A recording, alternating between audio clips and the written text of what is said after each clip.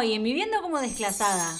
Hoy me levanté tempranito con el mejor mensaje del mundo. ¿Ustedes se imaginan despertarse con este mensaje? Me parece fantástico. Encima no desarrolló la hija de puta. Bueno, no me desperté con este mensaje, pero ustedes entenderán, loco. Lo hago por el drama. Déjenme construir un universo. No sea malo, papá. Hoy me tocó nada más y nada menos que el taller de confección y costura. ¡Ey! Un 15, pedí un deseo. Así que vamos a terminar la remera que empezamos el otro día. Bizcochitos y cremonas preparados en la mesa y a trabajar. Tengo una gana de abrazar una pala que me muero. Ay, ella beboteaba cuando podía. Bueno, y como grabé muchas partes de la clase y en realidad no es tan interesante verme coser todo el tiempo la misma prenda,